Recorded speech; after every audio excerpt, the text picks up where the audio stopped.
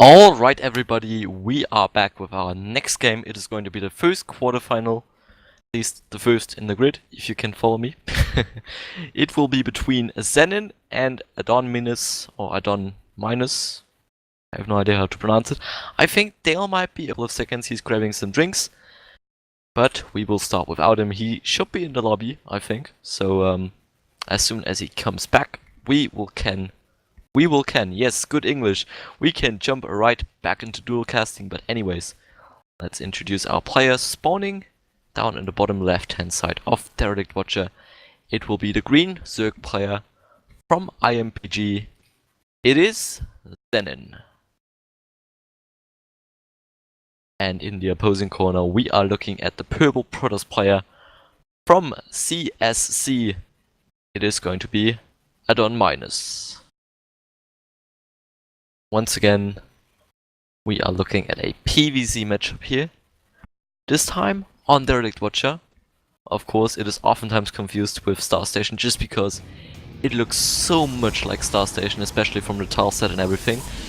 But it is in general a pretty different map, even though it might look alike a little bit. First of all, it is a two-player map, meaning that, of course, the rush distances are a lot shorter than, for example, on Star Station. And also, the third base, at least in my opinion, is a lot easier to defend, just because you have one ramp leading into it, and that ramp is also pretty close to your natural. So you can basically set up shop right about here, between the two ramps, and you should be good to defend both of your expansions there. I'm back. Alright, Del, wonderful. Sorry to throw you in the deep end there. I've been under the weather the last 2 days and I had to take some medication and it took longer than expected, so here I am and I'm not dead, so hooray! Yeah, would have been unfortunate if you've died. I mean, I probably would have missed you. Especially for you in solo casting the rest of the night. That would have been really bad, because I hate solo casting. It definitely takes a certain type of person to talk that much. Yeah, so we see... Sorry, just go on. I was about to talk a little bit about my personality, but I don't think anybody cares. We hatched down for our Zerg player. First gas, so speed coming up, I imagine. Yep. A gateway and I think Cybercore down, if... I can't see it because I follow the observer, but yeah, I'm pretty sure that it's a... There he is. Attaboy! Well done. It's a Cybercore. Fantastic. By the way, once again, guys, observing is done by the online gamer, in case you are wondering. Just one of the best observers going. I truly believe that. I think you don't need an Adominus if you have the online gamer. Right. Adominus. Who's Adominus? I don't know. Probably some weird scrub. Canadian guy. Anyways, yeah. Also, Adominus will now throw down his own Nexus here, just in the nick of time. Pretty usual timing here for a gateway expansion.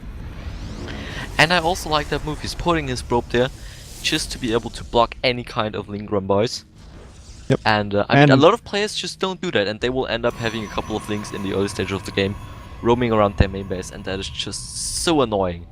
Believe me, guys, it is the worst thing. I'm happy to see the mothership core. And a robo, very early robo. Oh, well, not very early, but reasonably early robo. That's a grubby timed robo, that is. We do see... Can we...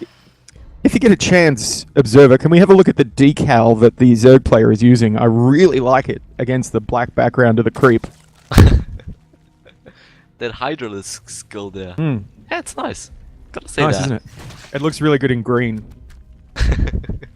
Anyway. Yeah, absolutely. Gotta completely agree with you there. Green probably suits that decal the most.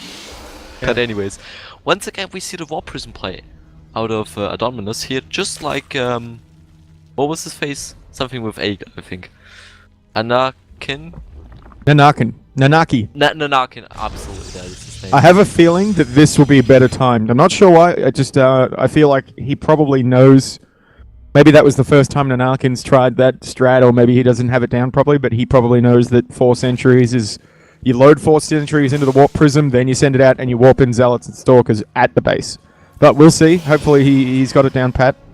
We do see an Immortal coming out. Interesting.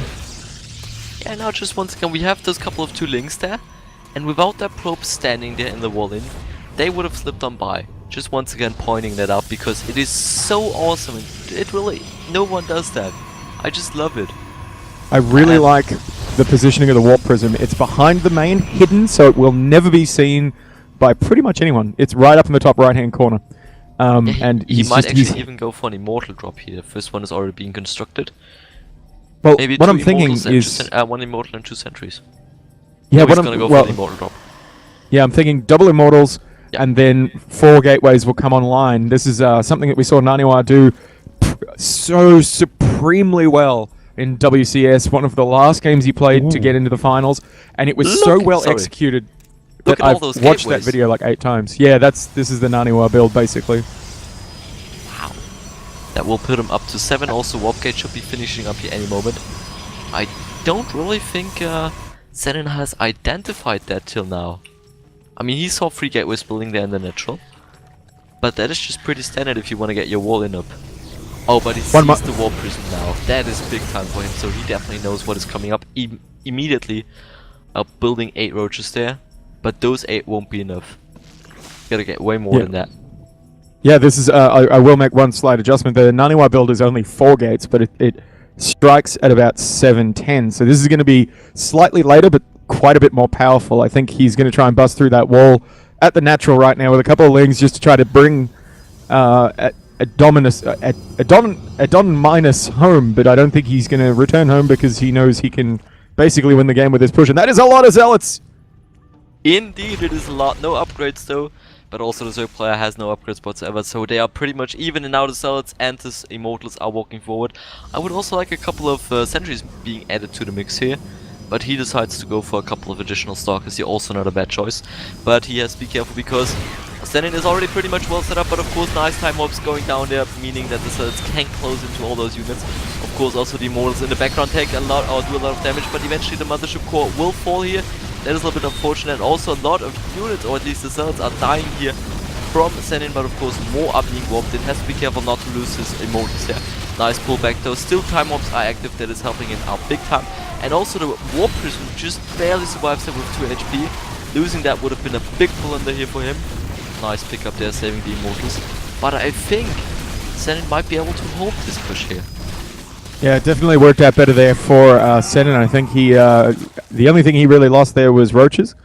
And links, yeah. Really, it was a really nice push, but here we go, another in the third here. Warping in more Zealots, but there's just so much stuff here for Zenin. He's really committed to these roaches.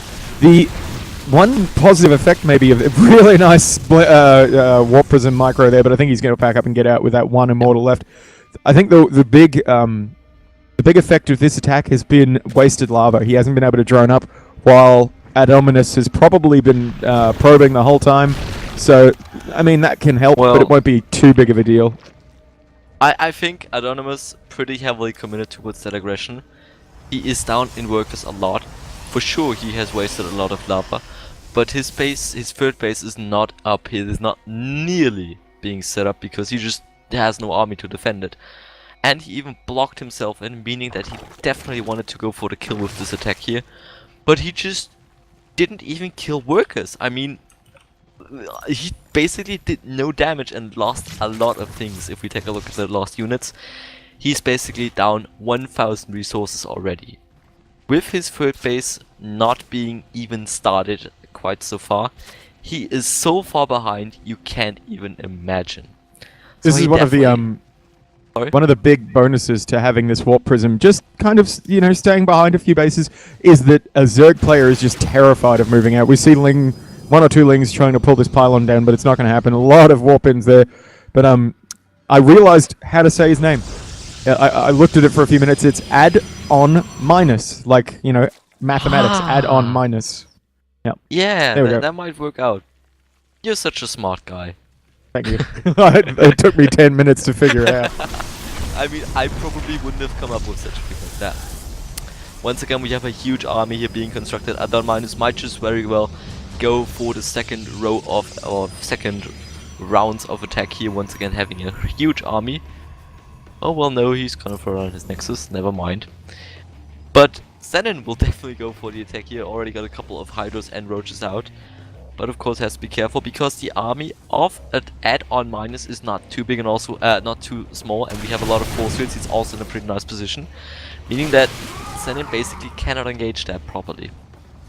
I like the threat of this warp prism. He's using it really effectively to warp in from angles, and I think he was trying to do something shifty in that first engagement, maybe warping zealots behind the roaches, but it started to take some damage, and both players just... And here we go, big engagement. There's just so many units. Really nice force fields there, trapping all of those roaches. Well, many of them. And these Immortals are going to start to go to work on these roaches, but there's so many Hydras and they shred gateway units. Absolutely, and also by now Adominus is out of force fields, meaning that all the roaches, all the units basically can get close to the Protoss units here. But eventually it seems like he should be able to hold on at least one more time. But of course he lost his warp prism, meaning that he has to build another one. I feel like Zenin probably could have broken through there if he had just committed a little bit more, and I think he knows it, so he's bringing up some more reinforcements and maybe going for another attack. Just Hydras just shred gateway units and Zealots especially so fast. And yeah, here we go. He's just basically playing it very, very cautious now. Once again, moving in, taking out already one Immortal. I mean, he could definitely commit. He could basically go for the killing blow here. But the key thing about StarCraft is when you're ahead, get more ahead. And that is just what Zenin is doing at the moment. He's throwing down his 4th base in a quite wonky position, I have to say. Usually would go for that one here in the bottom, but I think that one works as well. And he's just applying pressure. He's basically forcing Adominus to build a lot of units and not so much focus on his production here. And that is a very smart move. Locust Ranger, I can't remember the name of it. Enduring Locusts coming down, so we're going to transition to Swarm Host play, which I think it will be the point where Adominus just kills himself instantly. As a Protoss player, you do not want to face Swarm Host, so if he doesn't identify it soon, this game will be over fairly quickly. Absolutely, I mean, his options by now would be maybe getting the robotics support dock or whatever that thing is called, to be able to get out a couple of Colossus, but of course, by the time those Locusts or those Swarm Hosts will arrive, he will have no chance of having any Colossi, meaning that he will have to fight with his gateway units and his couple of Immortals against those Locusts. Oh god. And there are 8 Swarm Hosts, 2 more on the way, and the Spire is now going down. So if the Swarm Hosts don't work, he's going to switch to probably Mutas, which is Protoss' second worst nightmare. Although the Spire could be just for the what are they called? Raptors and the Yankee things. Why am I blanking? The Yankee things, I don't think Wipers need a Spire. Don't they? I think really? they just need tier 3. Okay, but anyway, I thought they were... anyway. Swarm Hosts are being borrowed here in front of the base. Adominus is trying to push forward because he knows by now he definitely has to make something work by. Of course, Lynx getting a nice round. Force fields are a little bit late, but they work kinda, but now the Lynx are surrounding the Stalkers and also the Roaches are pushing forward. And in combination with those Locusts, I think Zenin should be able to... Why are you not attacking? Oh, because there are Zealots coming in from the back. Once again, nice abusage there by the Warp Prism, but of course it is just not enough for the Protoss player. And Zenin will just eventually overrun him, and now the next round of Locusts he will be pushing forward. And GG is called. I really like that final engagement there. I knew that at some point in the game he was going to do something funky with that Warp Prism, and that was a really nice move. I feel that there were just too many Stalkers in his composition, and he used Guardian Shield too sparingly. Guardian Shield versus Hydras and Locusts is amazing. It's basically like if you had 2 extra researchers at a forge. You know, imagine if you could research +5 armor at a forge. How amazing that would be. So I think Guardian Shield is underused against Roach Hydra especially. And if we saw it more, it might be a little bit more effective. But Swarm Hosts were on the map, so free units are very cost-effective against Protoss. And I still keep getting this error message. It's really annoying. I heard about it on another stream earlier today. I think you're just doing too many things at the same time. You gotta calm down, man. I'm literally not doing anything. I'm just sitting in the menu talking into a microphone. Alright, so second game is being set up at the moment. You guys can join on me.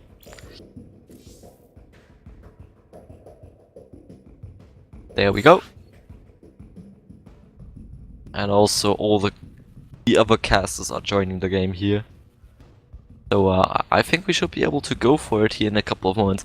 But once again, to get back to the previous game we saw, I mean, I really like the way Adominus used his add-on minus, or Adominus. I think it was add-on minus. Anyways, I really like the way he used his warp prism. I mean, he tried to warp in zealots. Already at the first go he did there with his timing there, that 2-base timing he did. He tried to warp in a couple of cells behind the roaches to be able to put up a little bit of his round move, but eventually the queens were there to take out the warp prism and he just barely saved it. So that got shot down, and I think that was just a little bit too much there, and he couldn't really go for the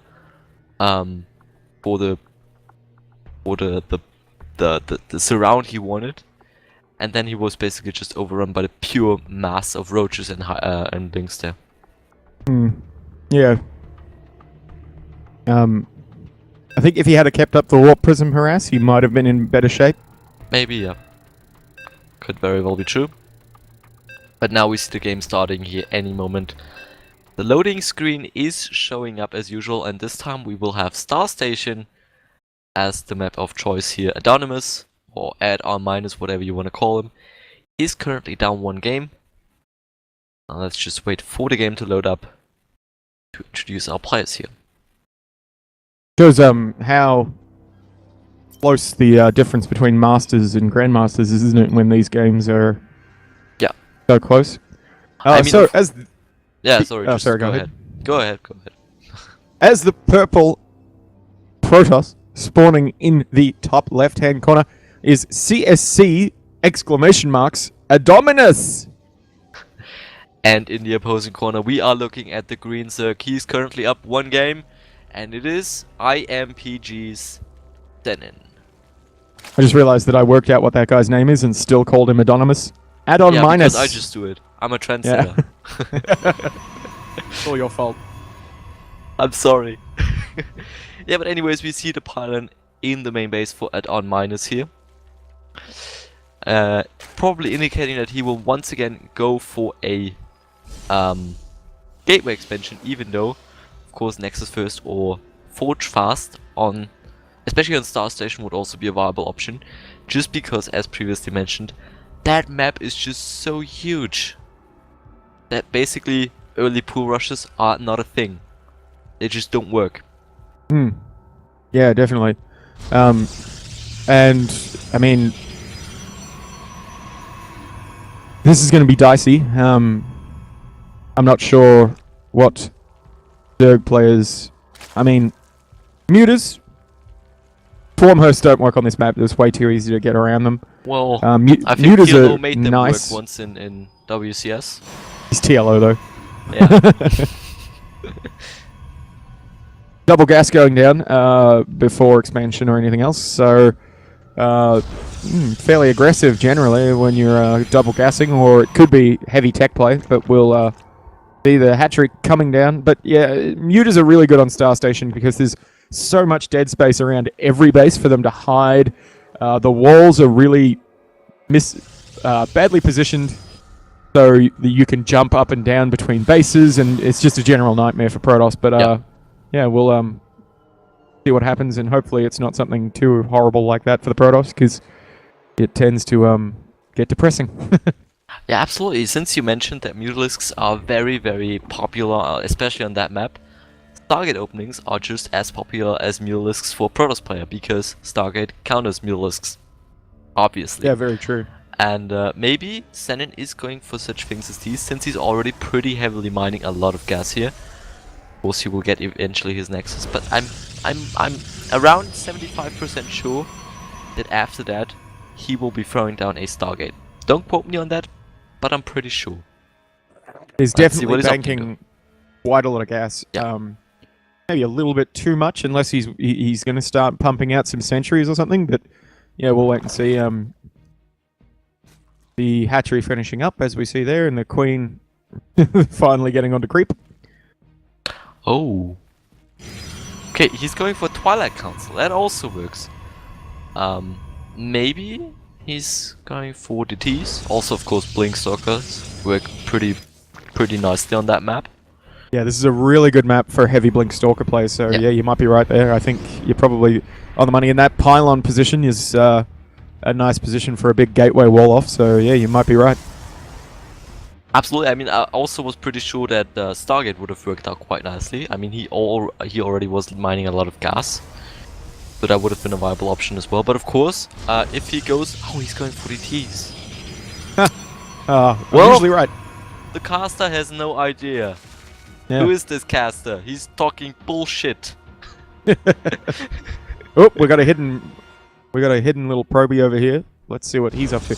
But a lot of people shy away from Phoenix, even at the Masters level, just because it's you either micro them perfectly or you slip up once and they're all dead. So, you know, a lot of people, like I know even like pro level gamers are, you know, Phoenix if I have to, but they'll go Phoenix and the Pulse Crystals before they'll even risk heavy Phoenix play. But then you get people like Hero, whose control is so good that he always goes Phoenix. So it's definitely a dicey thing. But this is DT, so that doesn't have to worry. The probe isn't going to do anything shifty, or is it? Yeah, we'll throw down a pylon here, proxy pylon, to be able to warp in a couple of DTs there at that location. I'm pretty sure. And let's kind see of weird how place they for a work proxy out. pylon. Let's see how they work out so far. Of course, nothing has been spotted. And of course, no real defenses being... Oh, well, we have a Spore Crawler here. Never mind, we have Spore Crawlers. Then it is fine. Maybe he's just doing that in general for some sorts of Phoenix or Oracle plays. Since I mentioned that Stargate is very popular. Of course, going for Spore Crawlers as quickly as possible is a good option. But also they help you a lot. They help out a lot against DTs. That's what they're called. We already see them moving in there, taking out the first queen there. Of course, that probe trying to build a third hatchery is also being taken out. But we immediately see the Overseer being morphed, and also with the Spore Crawlers in the mineralized. There should not be too much damage dealt here by those DTs. Depends on his control. I guess he can just stay at the front of this base and just snipe off whatever units he can. Although the Overseer's there now, so yeah, I didn't see the Overseer. More roaches on the way. Speed coming up. There's a Forge coming down. Robo coming down. Sentries and miscellaneous other units. Shout out to Kakarot Sayajin, or I think his name is Alex, in chat, who's a moderator on most of the Poison Hearts channels and streams. Welcome and have a good time. Just random shout out, I like that. Yep. Anyways, yeah, of course now eventually Senin is going to be thrown down his third base there.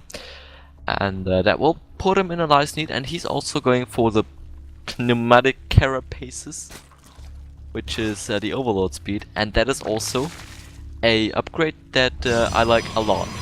I mean, it just provides so much more movability to your overlords, and you can scout with them so much better if they have speed. And usually would see a lot of players going for that upgrade pretty much early on, because by now it is actually a tier 1 upgrade, and that will enable so many new scouting patterns for overlords. You cannot imagine, it is so cool. But, well, yeah, if you get late, it's better than never.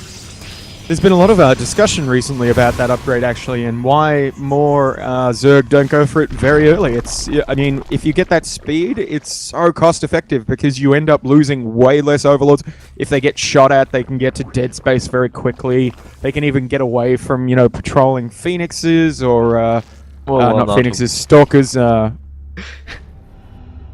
They don't get all that quick. I mean, they get quick, but not that quick. I meant to say stalkers. Patrolling stalkers, they get away from stalkers and sentries and things, and, you know, it will save you a lot of minerals in the long run. It's a bit of gas, but I think it's totally worth it. I mean, you can also scout way better with those quick overlords. But anyways, add-on minus is now eventually also going to add on his third base. See what I did there? Yep. Ah, awesome. Lame jokes. And so we got Locust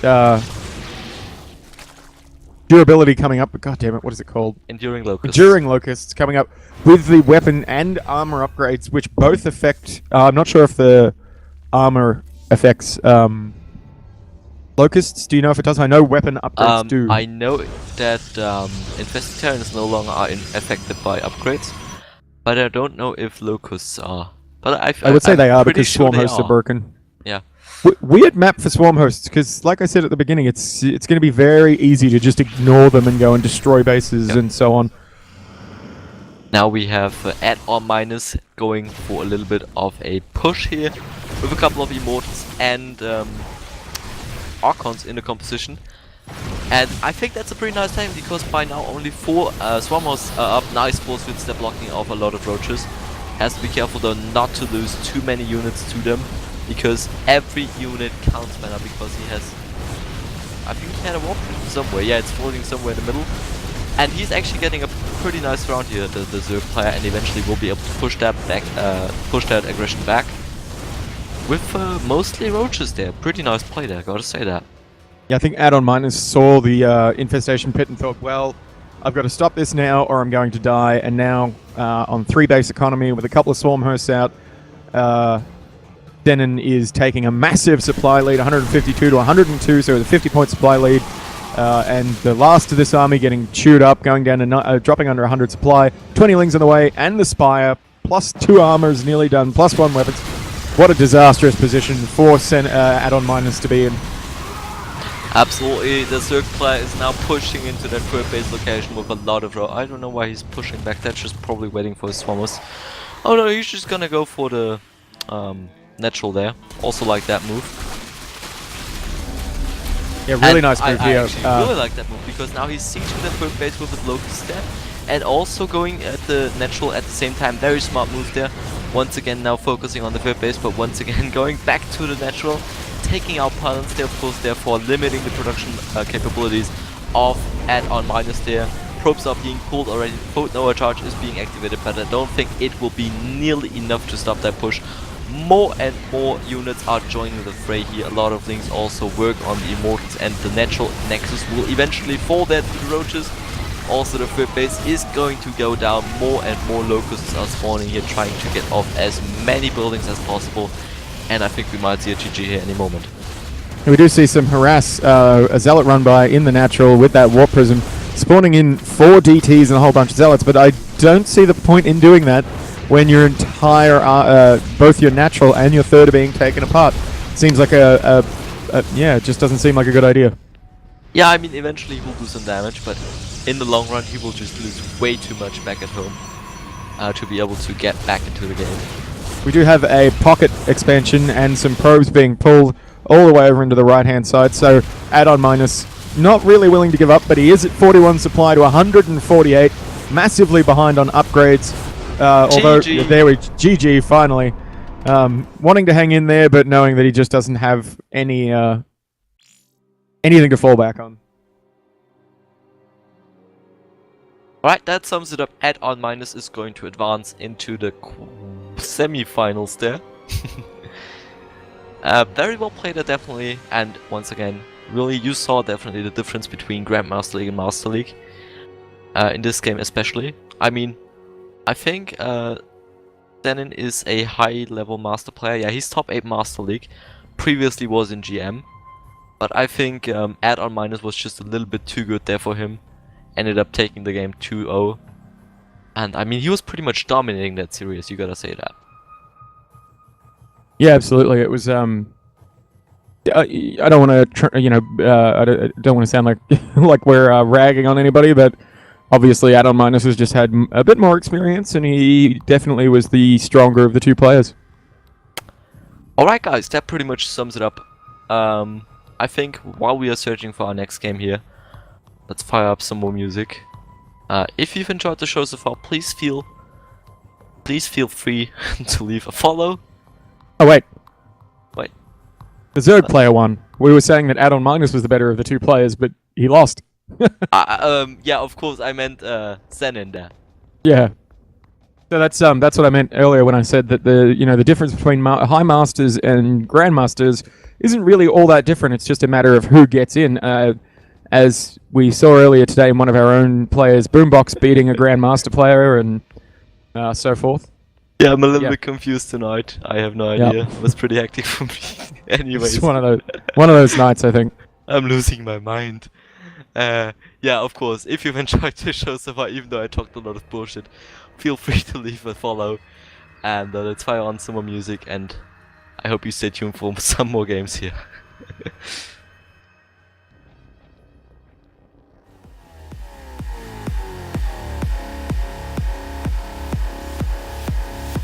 I got this feeling the summer day when you were gone. I crashed my car into the bridge. I watched, I let it burn. I threw your shit into a bag and pushed it down the stairs. I crashed my car into the bridge. I don't care. I love it. I don't care.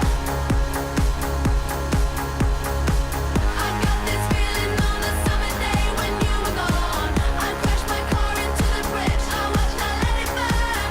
I threw your shit into a bag and pushed it down the stairs. I crashed my car into the bridge. I don't care. I love it. I don't care.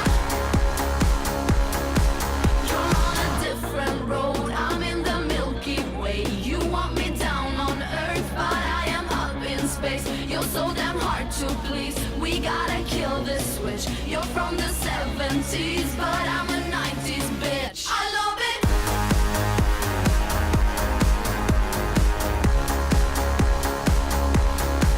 I love it.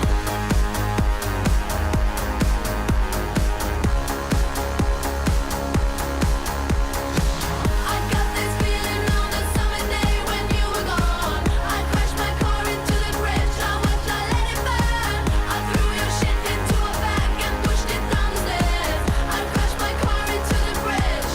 I don't care. I love it. I don't care. I love it. I love it. I don't care. I love it. I don't care. You're on a different road. I'm in the Milky Way. You want me down on Earth, but I am up in space. You're so damn hard to please. We gotta kill this switch. You're from the 70s, but I'm a 90s bitch. I don't care.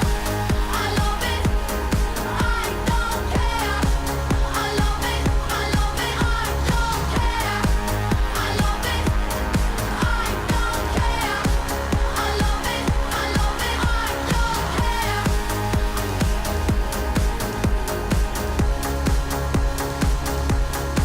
I love it.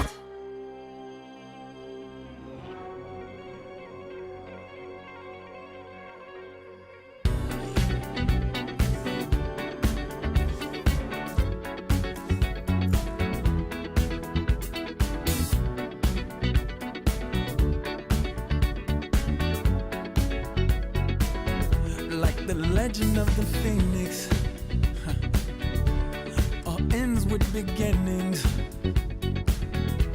What keeps the planet spinning?